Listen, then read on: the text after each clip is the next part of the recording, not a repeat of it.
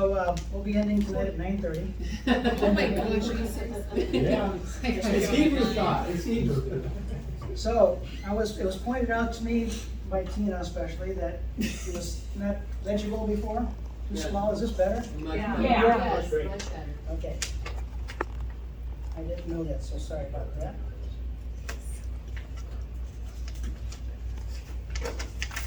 Okay, so Jehovah God said, "Not good for man to be alone. I do make him a helper as his counterpart."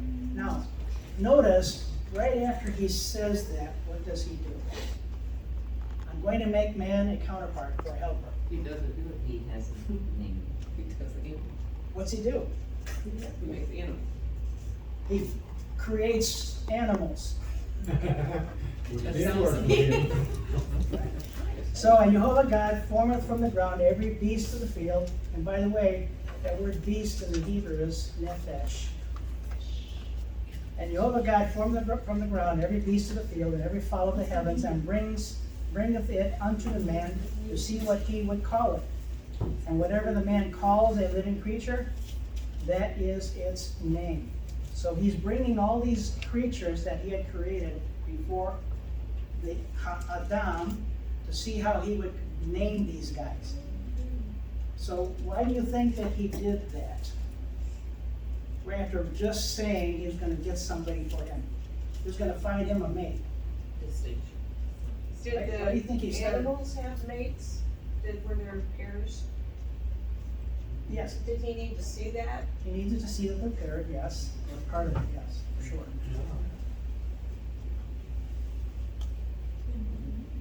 This is a learning experience for Adam. And so he's going through all of these other creatures that were created, and he was saying, that don't look like me. That don't look like me. That don't look like me. Yeah. So after 6 months of naming all these things, he says, doesn't look like there's anybody there for me. Right.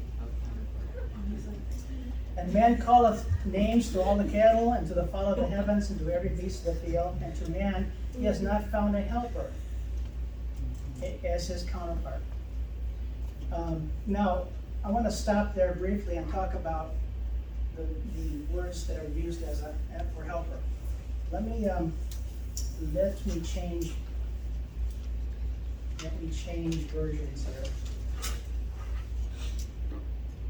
real quick.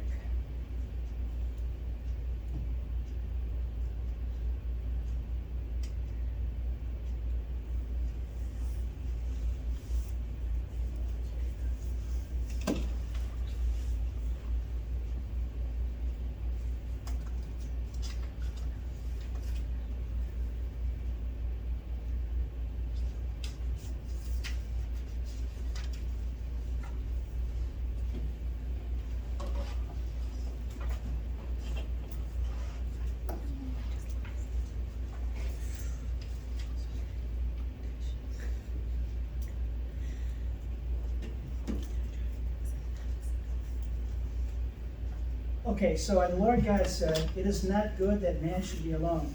I will make him a helper comparable to him." So if we look up the word for helper, the word for helper is ezer, E-Z-E-R. The word for helper, if you look at the places where that word is used, it never, in all the places that I looked, and I can't say that I looked at everything, but in all the places that I looked, it never means subordinate. It always means, actually, it means a person of strength who is there maybe to rescue you. Oh. So that's the context of the word ezer. Comes from the word, the root word is azar, A-Z-A-R, but the way it's used here is ezer. That's the construction of it. And the word comparable,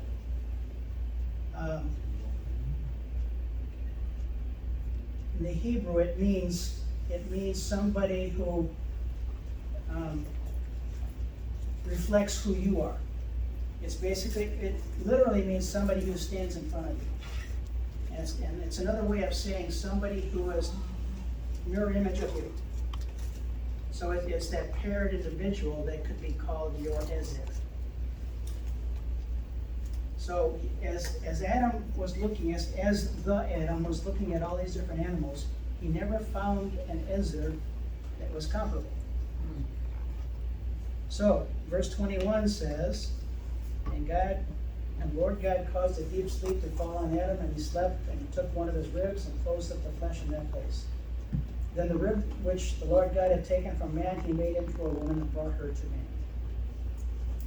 And Adam said, this is now bone of my bones and flesh of my flesh, and she shall be called woman, because she was taken out of man. Now there's a couple of things about this that I don't want to talk about, because they're a waste of time for us finding structure. Might be interesting in the right context and worthy of conversation. It's not a good time to talk about it here.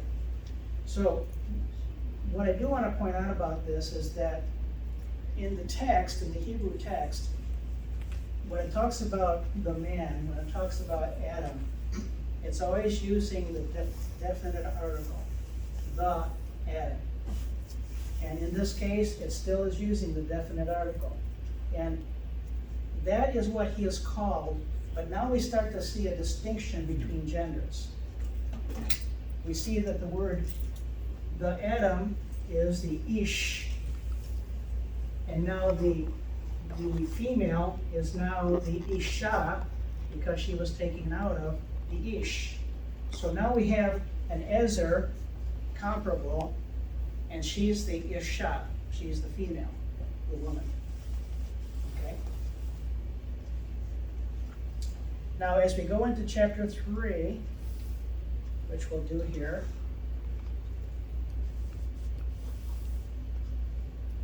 can you all see that okay? The text once I get to it. And we had a side conversation here. One of the first questions I asked myself is, why wasn't she surprised when the snake comes up and talks to her? Right. Mm-hmm. Well, I think the answer is that they were used to communicating with the animals. So he was just one of them that came up. And she was blindsided by the content of what he had to say, but it was a usual practice for them to communicate with the animals, because they were all on a sinless, no threat level of existence. So I think they had that communication. But the serpent says, the serpent was more cunning, and he said to the Isha, as God indeed said, you shall not eat of every tree of the garden. And the Isha said to the serpent, we may eat of the fruit of the trees of the garden, but of the fruit of the tree which is in the middle of the garden, God has said, you shall not eat of it, nor shall you touch it, lest you die.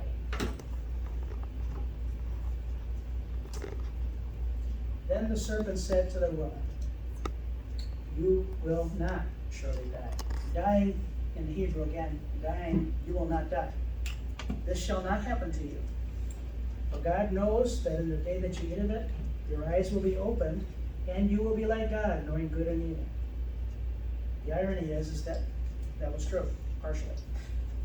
And that's how Lucifer always talks to us. He gives us a little bit of sugar, and it's mixed in with the other stuff. So he gave her a little bit of truth, and that's called deception. When you mix in truth with a lie, it's called deception. So when the woman saw that tree was good for food, that it was pleasant to the eyes, a tree desirable to make one wise, she took of its fruit and ate. And she also gave to her husband with her, and he ate. Then the eyes of both of them were opened, and they knew that they were naked, and they sewed fig leaves together and made themselves coverings. So, we don't need to go into naked, other than to say that we really don't know what that means, but we can speculate. Before they sinned, they weren't aware of their nakedness. Before they sinned, they probably understood that they were under the covering of the Father, and they were in their ability to communicate with each other and with Him. They were not aware of those kinds of things. Once sin set in, though, what's the first thing that happened to them? They became alienated from each other and from God, and they went to hide. Now, what do we usually do when we're fearful and we go to hide?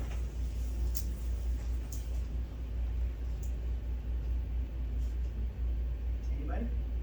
What do we do? What do? We try to take care of ourselves. We try to restore some degree of safety based upon what we just lost. So what's the first thing they did? They went and made themselves some coverings. They realized that they were alienated, they realized that they were separated. Boom, all of a sudden they were busy with each other. And they made some coverings. Now, God shows up, and he says in verse 8, "And they heard the sound of the Lord God walking in the garden in the cool of the day, and the Adam and his wife hid themselves from the presence of the Lord God among the trees of the garden. Then the Lord God called to Adam and he said, 'Where are you?' So he said, 'I heard your voice in the garden and I was afraid because I was naked and I hid myself.' And God said, 'Who told you that you were naked? Have you eaten of that tree which I commanded you that you should not eat?' What does he do as an outstanding man?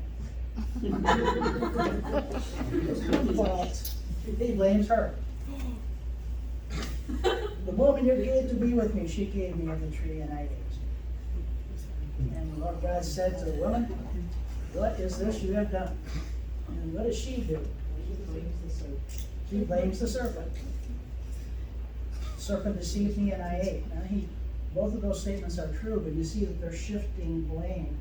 They're shifting accountability for our sin. That's what we always do.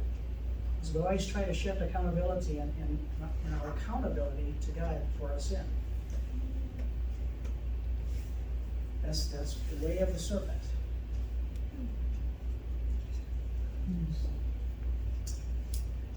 So the Lord God said to the serpent, 'Because you have done this, you are cursed more than all cattle, and more than every beast of the field. On your belly you shall go, and you shall eat dust.